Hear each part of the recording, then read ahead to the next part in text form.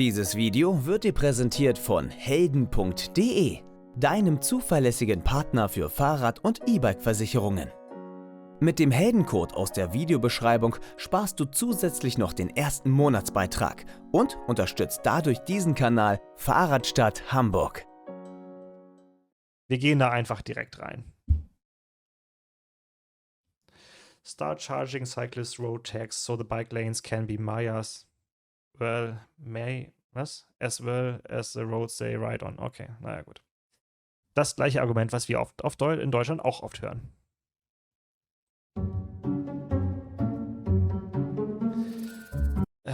Oh, jetzt habe ich einen Kommentar. When you bike, people start paying the taxes and fees like we do for cars, then you can complain until then. Ja. Shut the fuck up, oder was das heißen soll.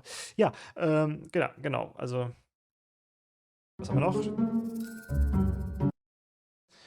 Ich glaube, sie brauchen Radwege.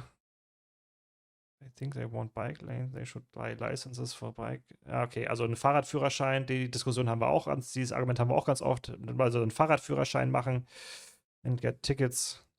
Ja, genau. Und sollen gefälligst auch Strafen bekommen. Die sollen auch Strafen bekommen, wenn wir das machen. Und die sollen gefälligst auch Steuern bezahlen, damit sie ihre Radwege bekommen. Genau. How about get insurances? Versicherung. Ah, okay. Or maybe get used to a speed bump.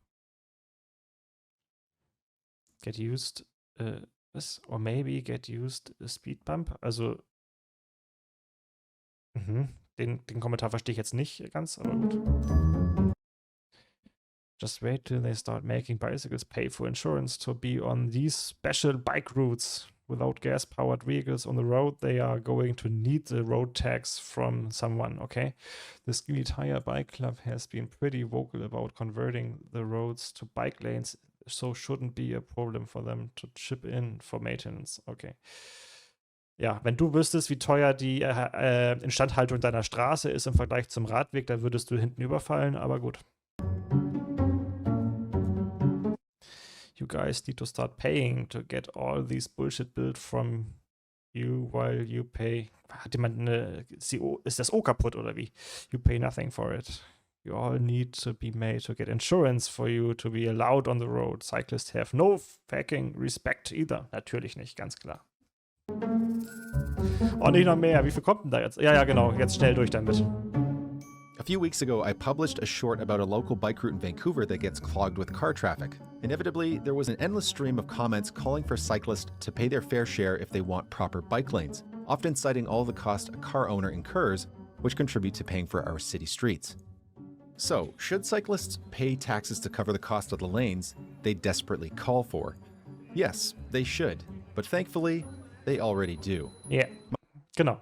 Sie machen es mittlerweile schon. Genau wie in Deutschland, wir das auch alle mitbezahlen. Genauso wie ich ohne Auto die Infrastruktur die Autobahn mitfinanziere durch Steuergelder, obwohl ich davon mit Sicherheit direkt mit meinem Fahrrad nicht profitiere. My name is Nick and mini movers are my thing. Subscribe for regular content. And to preface this, I'd like to mention that I own a car, as do most people who cycle, but for the purposes of this video, we'll put that aside. Also, while I am mostly talking about Vancouver, Canada, this is generally the same in much of North America. So with that out of the way, it's true. Cyclists already pay a tax for the surfaces they ride on. Genau, und wir gucken einfach mal, wie das auf den auf Deutschland zu übertragen ist, was wir hier so aus den USA bzw. hier aus Kanada zu hören bekommen. Und was auf die USA wohl scheinbar ähnlich anzuwenden ist. Aber was genau passt dafür auf Deutschland? So with that out of the way, it's true. Cyclists already pay a tax for the surfaces they ride on. Why this might be a surprise to some stems from a fundamental misunderstanding of how our streets are funded. Like many commented, there is a belief that the taxes associated with car ownership, like fuel, licensing, insurance, vehicle purchase, and maintenance, are the source for which we can build and maintain our streets. Ja, wenn das so wäre, dann wären unsere Straßen alle relativ schlecht im Zustand. Dann mit dem Geld, was wir durch die Steuern einnehmen, würden wir nicht weit kommen. Including the construction of bike lanes, which is partly true. Some taxes associated with car ownership help fund our streets. However, as Patrick Johnson pointed out in his article, Who Pays for Roads, he estimated that of all the taxes an average driver in BC pays a year, just $50 of that makes its way into the streets. The rest going to different things like carbon tax fund and funding provincial highways, for which the gas taxes also don't fully cover. And even if all the taxes associated with car ownership went to covering the cost of street maintenance, it still would fall short by 40%. Which brings us to the reality that our streets and bike lanes are largely funded by property and sales taxes, something we all contribute to. Consider the same person in alternate realities. Let's call him Ted, living the same life, paying property taxes for the same home, but choosing a different form of transportation. One chooses a car and the other a bicycle. Driver Ted spends around $10,000 a year on his transportation, and a percentage of that spending will be taxes. A portion of those taxes will make it back to his local transportation budget. Meanwhile, cyclist Ted only spends around $300 a year for his transportation, leaving him with a pretty nice bonus of $9,700 a year. He may decide to save some of that money, but it's likely he'll spend much of it.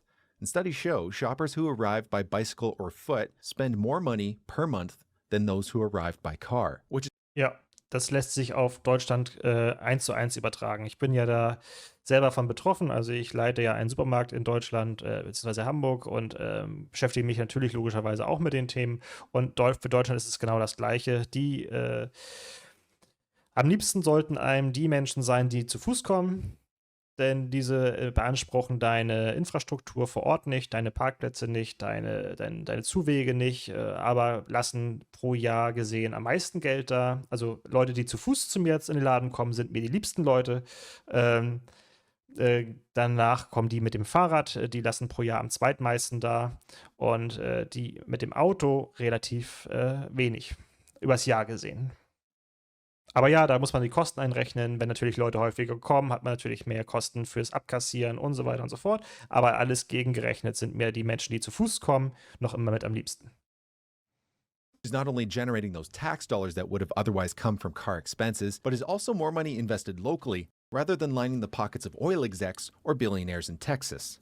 In the end, cyclist Ted is more likely to be a bigger local tax generator than driver Ted. So, everyone pays for city streets, but what really separates driver Ted from cyclist Ted are the impositions they pose on local infrastructure and their fellow man. Starting with the damage to roads. While it's true that trucking does the bulk of the damage, a 9-ton truck does 400 times more damage than a 4,000-pound car, keep in mind that it would take over 16,000 kilometers on a bike to reach the level of a single kilometer in an average car, which should be pointed out are bulking up every year.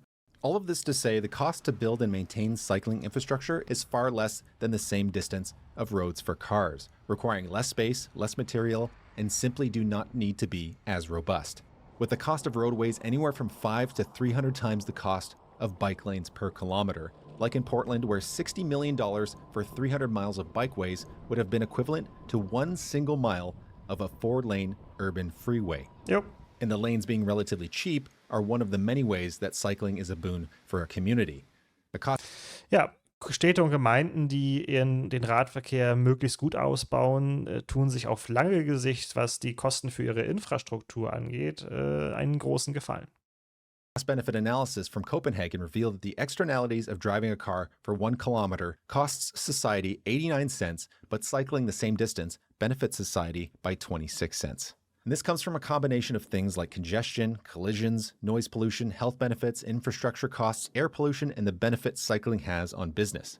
And if we were to properly integrate externalities of driving into a gas tax, for example, it would cost about $1.05 a liter for the average BC resident, or $1,123 a year.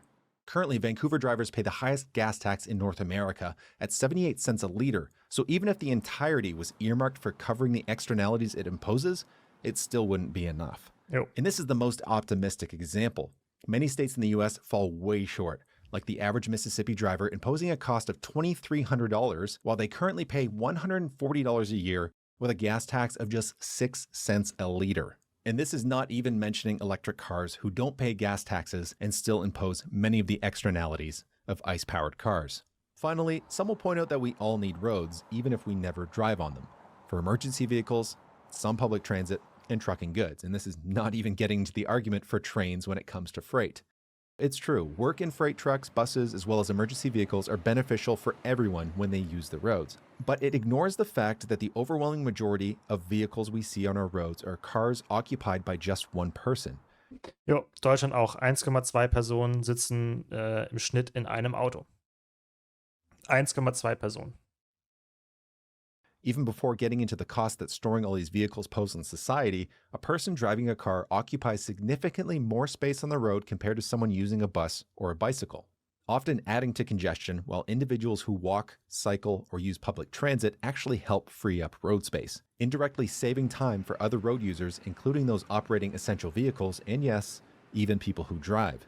So, judging by how often I see comments calling for cyclists to pay their fair share, it bears repeating over and over and over. Not only do people who cycle pay their fair share for the bike lanes they want, they give back and help subsidize people who choose to drive. Jo. So every time you drive, every time you park your car for free, every time you wait in a drive-through lineup to get a cup of coffee, the space you take up in the community was bought and paid for by everyone. And at the end of the day, the more someone uses the streets and the bigger the vehicle they choose to do it in, the more likely they aren't paying their, quote, fair share. So the next time you think about calling for entitled cyclists to pay their fair share, think about who are actually the entitled that need to shut the fuck up. And with that, my name is Nick. Thanks for watching. Ja, es war ein kurzer Ausblick auf jeden Fall, aber es stimmt. Und für Deutschland ist es ja auch nicht ganz anders, weil auch wir finanzieren unsere Infrastrukturbudget nicht nur aus der Kfz-Steuer, der Mineralölsteuer oder was weiß ich nicht alles, sondern unser Infrastrukturbudget kommt eben auch aus dem Gesamthaushalt und da fallen eben alle Steuern rein und da zahlen auch alle Leute Steuern für, genauso ich.